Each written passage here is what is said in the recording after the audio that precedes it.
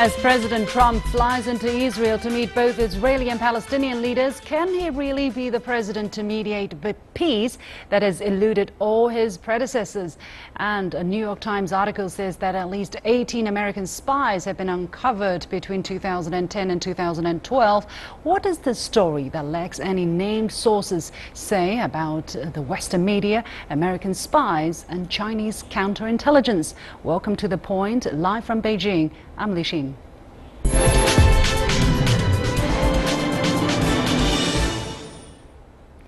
U.S. President Donald Trump is in Israel after finishing his visit to Saudi Arabia with some achievements. He strengthened the relationship between the U.S. and its Arab allies and signed the largest arms sales deal in American history to Saudi Arabia. Now he has carried on to the second leg of his Middle East trip, visiting Israel and the Palestinian territories. Trump had earlier met with Israeli Prime Minister Benjamin Netanyahu and Palestinian leader Mahmoud Abbas in Washington, respectively, and he is expected to meet them separately during this trip. So what new developments can we expect on Trump's current visit? I'm pleased to be joined via satellite with Ambassador Ido Aharoni, Global Distinguished Professor of International Relations of New York University in New York, and Meir Javdanfar, a Middle East analyst in Tel Aviv. Welcome to the show, gentlemen. Ambassador Aharoni, let me come to you first. Now, former President Barack Obama visited Israel in his 5th year of presidency, while Donald Trump visits Israel on his first foreign trip 4 months into his presidency.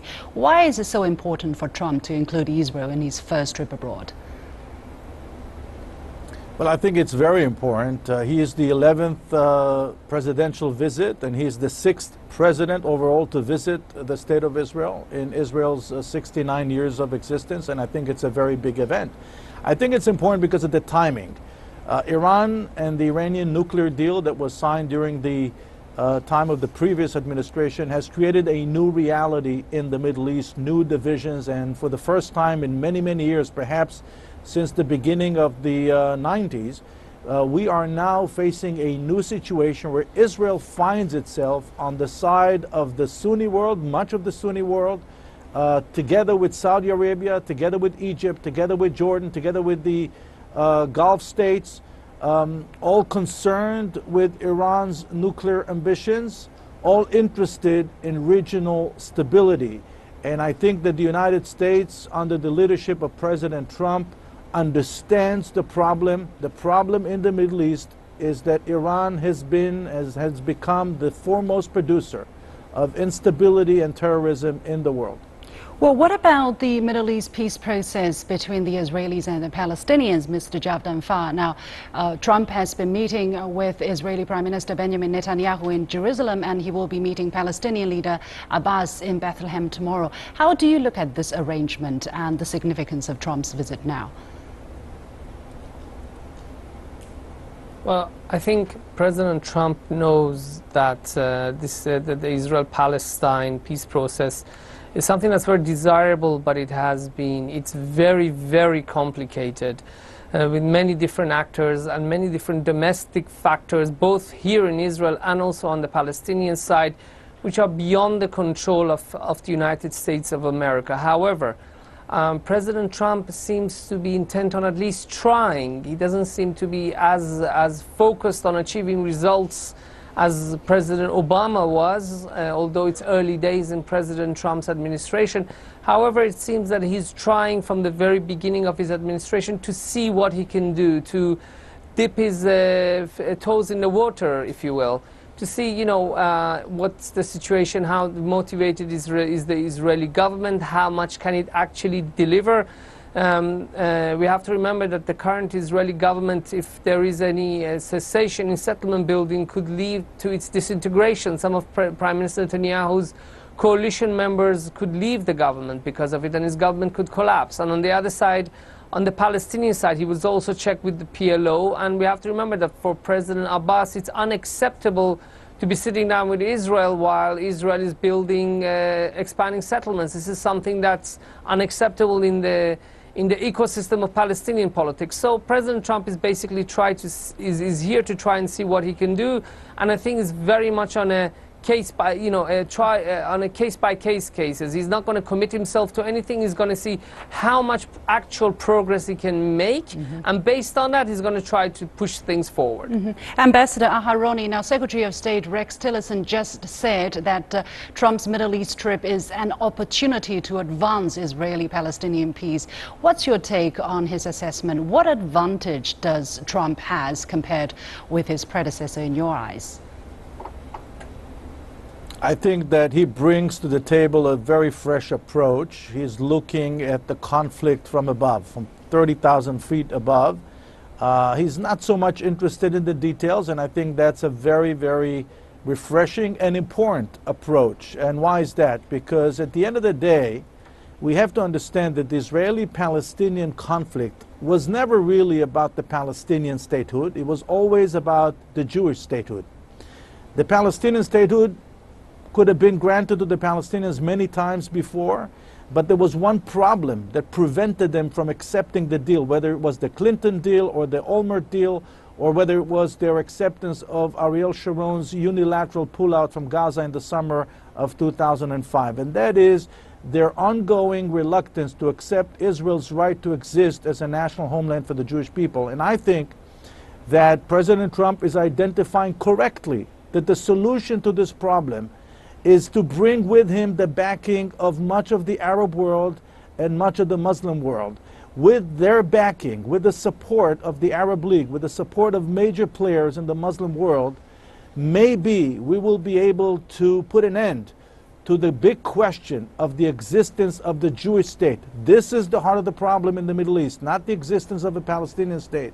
This is something that the State of Israel was willing to grant the Palestinians many times before. The Palestinians were the ones who refused to accept the deal. Mr. Javdanfar, what is your reaction to what Ambassador Aharoni just said? Do you agree with his opinion? I agree and I disagree. Yes, the Palestinians and many Arab countries in this region refused to recognize Israel's right to exist for many years. And at least in the Six-Day War and also in the 1948 war, their goal was to destroy Israel entirely, absolutely entirely.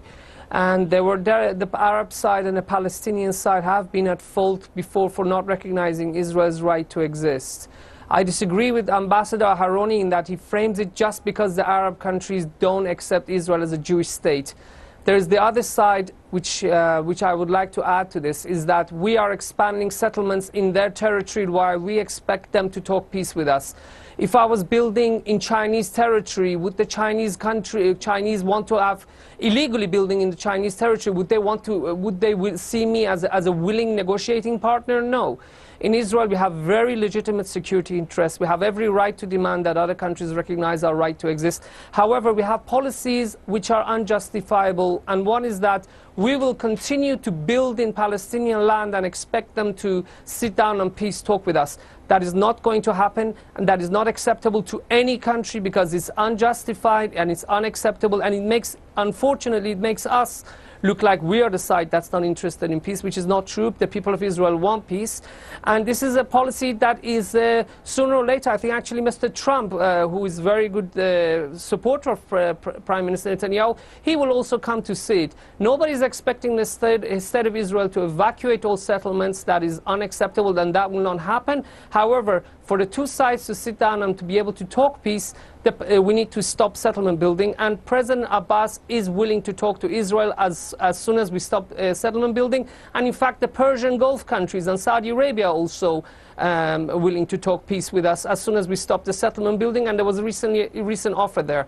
So I have to say the ball is in our court also. We also have responsibilities, and we are making it very difficult for many of our friends to defend us in the international community, and that comes at the expense of the security of the state of Israel and her citizens. Well, I think President Trump has urged Netanyahu to ease the settlement building a little bit, and we don't know whether that has followed through or not. But let me ask you a little bit about the Iranian situation.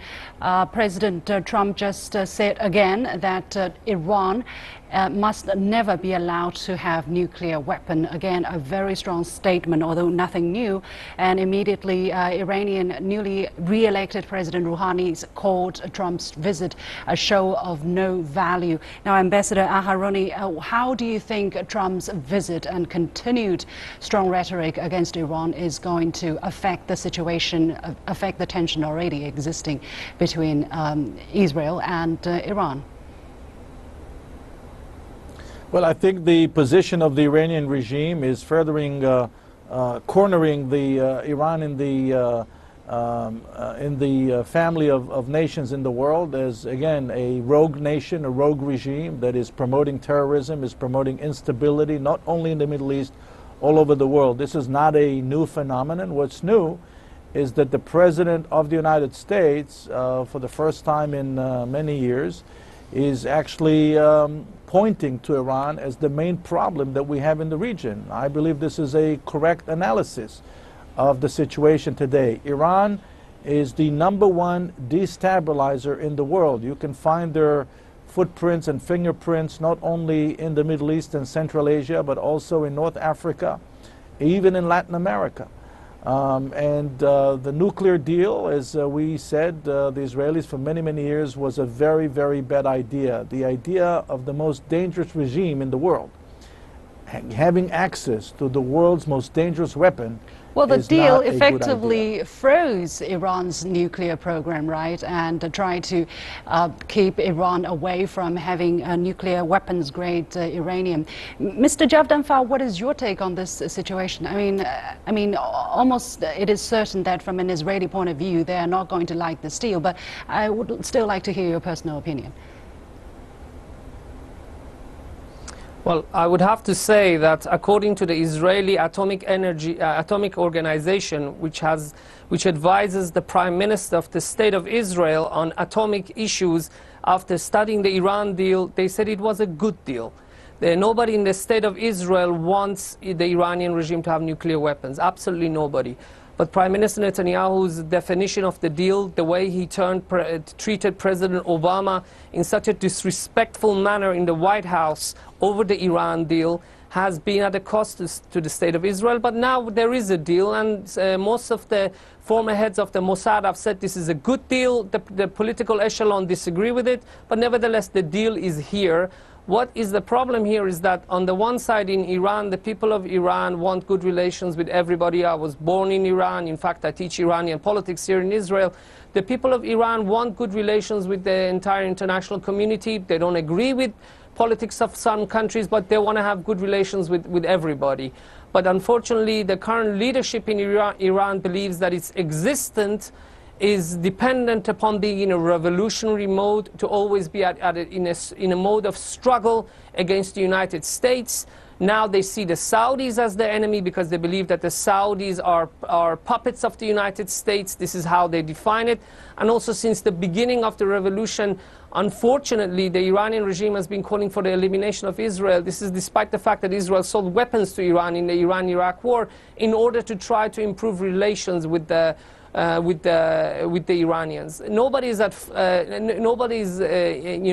blameless in the region. However, I have to say the biggest problem right now is the fact that despite the wishes of the Iranian people, the Iranian leadership justifies itself with continuing the struggle against America and her allies in this region, and this has put it on a confrontational path against Israel, Saudi Arabia, and the Persian Gulf states. Well, sometimes and as long as that continues, it will naturally lead to the creation of coalitions. Sometimes that is not without a reason. We have to leave it there. Our time is up. Many thanks to Ambassador Ido Aharoni, Global Distinguished Professor of International Relations of New York University, and Meir Javdanfar, a Middle East analyst in Tel Aviv. And here is my first point. Can Trump, who prides himself for being a deal maker, really make a peace deal here? Or is he going to find out sooner than later that things work much slower and there are many more potential hurdles as he has learned about politics in Washington, D.C.? It's too early to say, but it's difficult to imagine Trump being an eventual champion in foreign policy while his domestic policies are in tatters. 18 to 20 CIA sources being killed or imprisoned by China, one of which was shot and killed in front of a government building as a message to others about working with Washington. This is not a scenario from Jason Bourne or Mission Impossible, but rather some hard-to-believe inside story told by the New York Times. This article, though full of anonymous sources and conspiracy theory, has been cited by many Western media and sparked heated debate. According to this article, the Chinese government has been dismantling CIA spying operations in the country starting from 2010.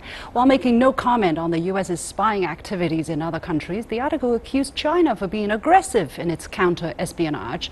Is there any credibility to these allegations when none of their sources are certain?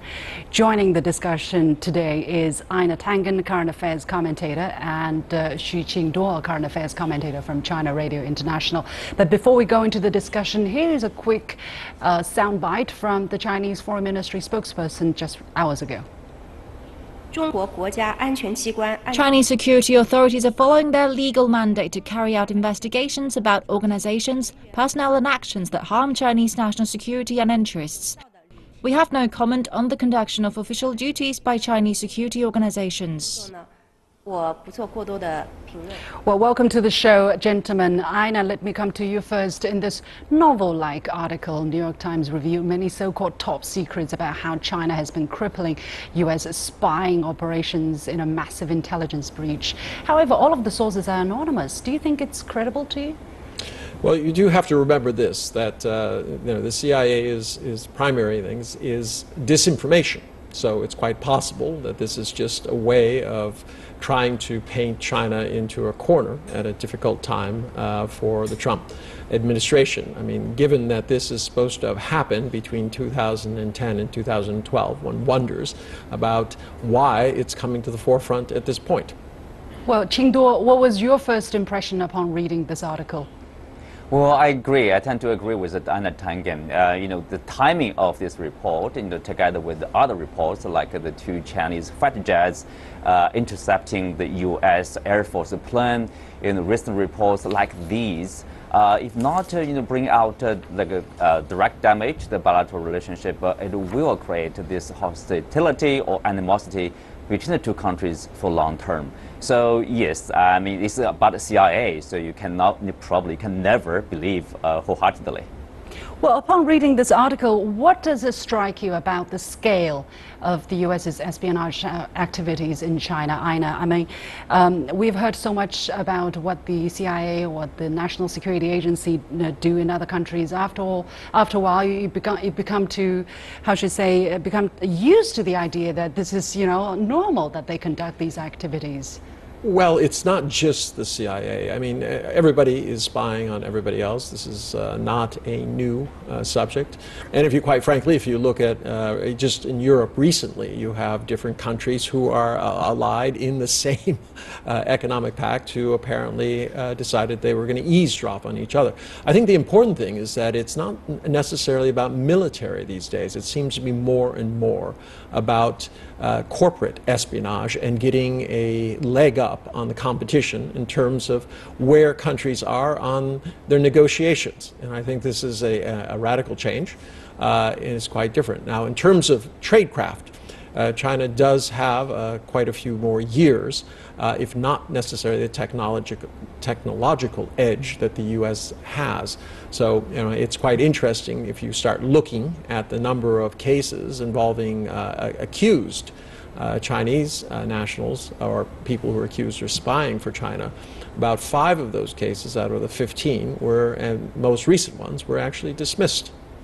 Yeah, Qingduo. Now, while reading this article, what does it tell you about the kind of scale and the potential damage U.S.'s espionage activity could inflict on China's national security? Well, if you look at the revelations by the Edward Snowden case, like a Chinese university in Hong Kong and Tsinghua University, the headquarters for Chinese technology company Huawei, the headquarters in Shenzhen, was attacked, obviously, by National Security Agency or CIA operatives. So in terms of the digital infrastructure, obviously China is a latecomer. China's infrastructure is weak in this sector. So it's vulnerable, let's say, in terms of national security. And so most of the time, I would say China is maybe defensive in terms of protecting its national security here, either digital or the traditional sense.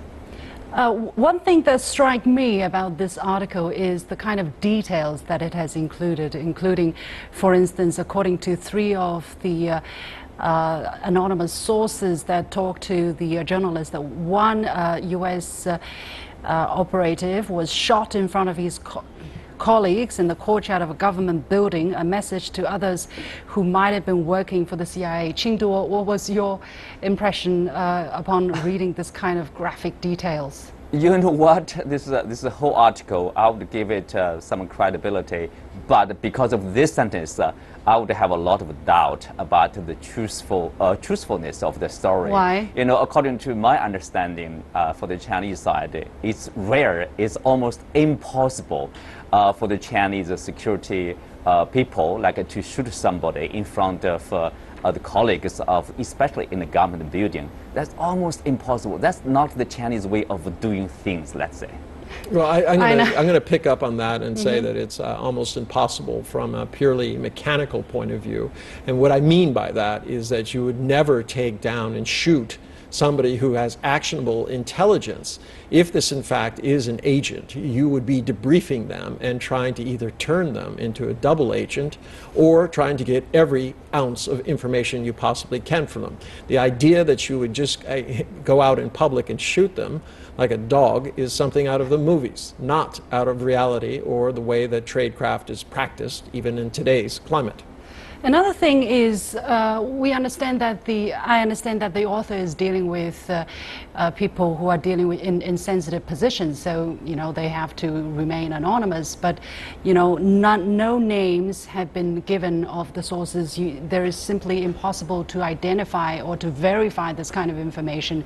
And then you have 10 of these sources, and then it's all from one side. So how can 1 and 1 be added up and equal 2 here? Aina. Well, it's, as I started off saying, disinformation is one of the part of the tradecraft of any intelligence agency. You're trying to convince people of things that aren't there. Obviously, if it were true, there would be unnamed sources. If it's not true, unnamed sources. So in that particular regard, it is. But it's when we start talking about the details of this, the fact that there were so many of them, that it was so long ago, that they claimed that there was a public shooting, this is where things start to fall apart. It just does not make sense for the Chinese Secret Service, to be taking down somebody who could provide them with additional information. Qingdu, however, China has been spending a lot of effort and resources to crack down on foreign espionage here in China. For instance, in 2014, at the end of that year, China published a new anti-espionage law. Do you think there is some kind of linkage between China's efforts in fighting foreign espionage with this case that we, are seen written about? I would say certainly there are links. As I said, China is basically a latecomer in terms of this collecting information activity, by big powers. You can see, the top ranks should be basically including like the U.S., Russia, Israelis, and Brits and other developed countries usually. In terms of their capability, in terms of the tools they have available at their hand to collect those information, to gather the intelligence. China obviously is lagging behind. I think, especially after the revolution of the Snowden case and other cases like Chelsea Manning, for the Chinese government, if they want to better protect their national security, trade secret, and also sensitive technologies, they have to do something. I think that's part of the response. Aina, what is your answer to my question? Do you think, have you observed greater effort and also greater effectiveness in China's fight against foreign espionage, especially in this digital age? Well, all I can say is that the technology has its limits, and in fact, what we're really talking is about human beings. And I think China has very old and established things. If you go back to the Three Kingdoms, the classic Chinese literature, they discuss how these things are done. That's not the issue. I mean, I think one of the watershed points was when President Obama publicly said we should stop having our spies involved in these inoculation campaigns that are going around the world. That was a quiet but very, very pointed bombshell that showed that the U.S. was using these NGOs to do this. And this is one of the reasons that China has been cracking down on NGOs, foreign NGOs here, because they suspect that they are, in essence, fronts for American spying operations. But having said that, I think the nature of spying as we go forward has changed. It's increasingly becoming more and more about the electronic frontier and what you can learn from that. Qingduo, what is your final take? How can we protect ourselves in this electronic world? Are you going to cover up your cell phones or laptops like what Mark Zuckerberg does? I would say yes. If you look at the, especially say like high value asset people like Mark Zuckerberg and also even the former FBI director Comey, he covered the cameras and also the video, audio portals on your mobile devices. So for people like us, probably if you want to protect yourself, at least you should probably do so. We have to be more aware. Anyway, thank you very much, gentlemen. We have to leave it there. That was Ina Tangen and Xu Qingdao, current affairs commentators. And here is my last point. A one-sided story with an eye-catching title with graphic details which nobody can prove right or wrong. This is my impression of the New York Times article. Since when it's okay to spy on others and complain out loud when your cover is blown? Since when are all the mainstream media jump on a bandwagon of a story they themselves cannot verify? It's possible that New York Times has its anonymous sources, but the BBC doesn't. Well, I guess the keywords China, spy, CIA are all eye-catching, and when you put them together, the professionalism becomes irrelevant. That's unfortunate. And that's all for this edition of The Point with me, Liu Xin. As always, follow me on Twitter or visit our Facebook page using the handle The Point with LX. Download the application called CGTN Live to watch our show on your mobile devices, or go to YouTube and look for CGTN The Point. Thanks for watching.